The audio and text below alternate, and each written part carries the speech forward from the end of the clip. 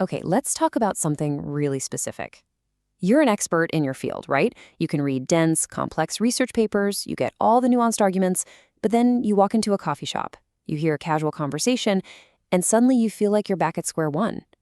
It is a uniquely frustrating place to be. And if that sounds like you, well, this explainer is designed to get you unstuck for good. So let's just ask the question head on. How is it possible that you can understand a paper on cognitive science, but get totally lost in the fast-paced, slang-filled chatter between two native speakers? It feels like it shouldn't happen, but it's a super common problem. And I want you to know it has nothing to do with how smart you are or how hard you've worked.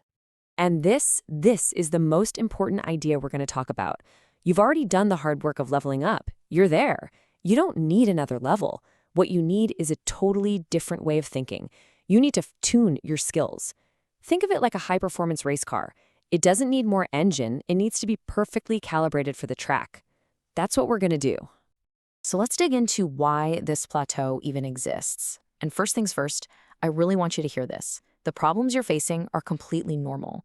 There are predictable stages for any advanced learner, not some unique personal failure. Let's break down exactly why. You know, a lot of us get stuck on this idea, this myth, that we just need to find that one perfect language partner who really gets our niche field. But the reality, especially if you're in something like medicine or AI or philosophy, your intellectual range is just too wide. You can't expect one person to be able to debate neonatal ethics on Monday and AI governance on Tuesday. The method itself is the limitation, not you. And then there's shadowing. Oh, shadowing. We're all told to do it, but let's be honest, it can be incredibly stressful trying to mimic someone perfectly in real time. But here's a much smarter, less stressful alternative: parallel reading aloud. Instead of trying to speak at the exact same time, you just lag behind by about half a second. You get almost all the same rhythm and pronunciation benefits, but with way, way less stress. It's a game changer. This right here, this visual nails the core of the problem. There are basically two Englishes. You've mastered standard English, the language of the news, of lectures, of academic papers. Your comprehension there is probably around 90%. But real-world English, with all its slang, its crazy speed, and its contractions, that's a whole different animal. And that's why your comprehension can literally plummet from 90% to 60% the second you step out of a formal setting. Okay, so that's the problem. How in the world do we fix it? How do we bridge that gap? Well, we need a better toolkit, a three-pronged solution that's designed specifically for these unique, advanced-level challenges. So here it is. This is your new speaking ecosystem.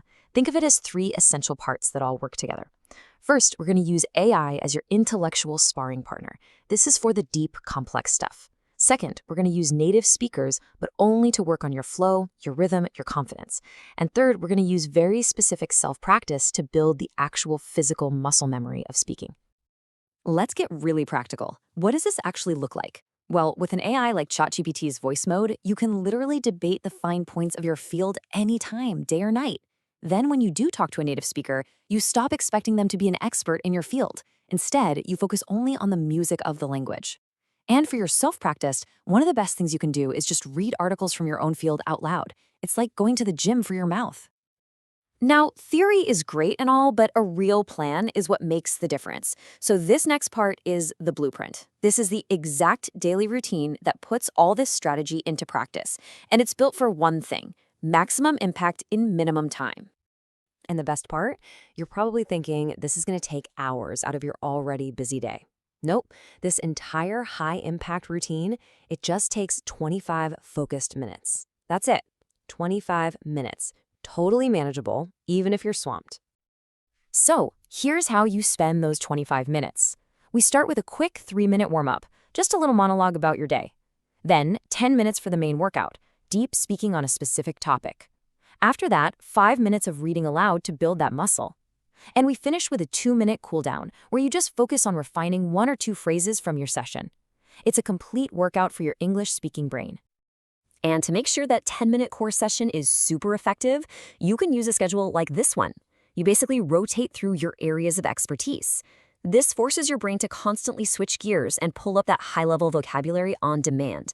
And I love the weekend suggestion: talk about a belief you've recently reconsidered. That is a fantastic workout for flexible, nuanced communication.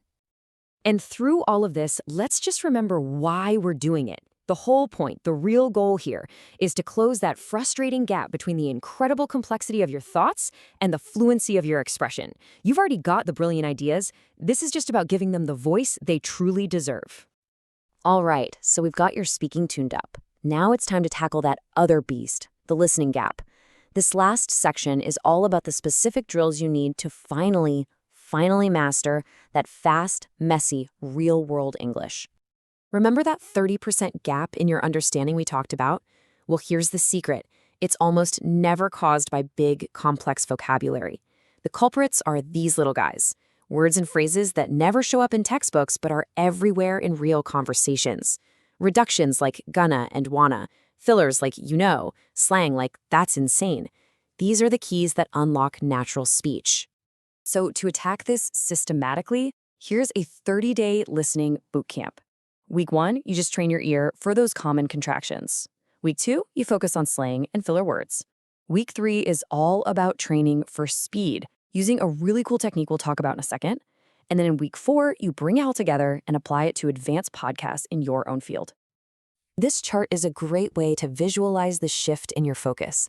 You've already got the standard English part down. Your new goal is to shift your effort so that, say, 85% of your energy is dedicated to mastering real-world English. That's how you're going to close that gap once and for all. Okay, so what is that key technique for week 3? It's called audio looping, and it's incredibly simple but so powerful. You just take a tiny 5 or 10 second clip of someone talking really fast, and you play it again and again and again until you can make out at least 80% of what they're saying. This is like lifting heavy weights for your ears. It retrains your brain to handle the speed and rhythm of natural conversation. So as we wrap this up, I want to leave you with a question that really speaks to the level of intellect that we're trying to unlock here. We know AI can recombine patterns from huge amounts of data, but human creativity, that comes from our lived experiences, from our emotions, from suffering. So what really is the difference? That is the kind of question you now have the tools to really explore and articulate with confidence, because you're not trying to level up anymore. You're tuning.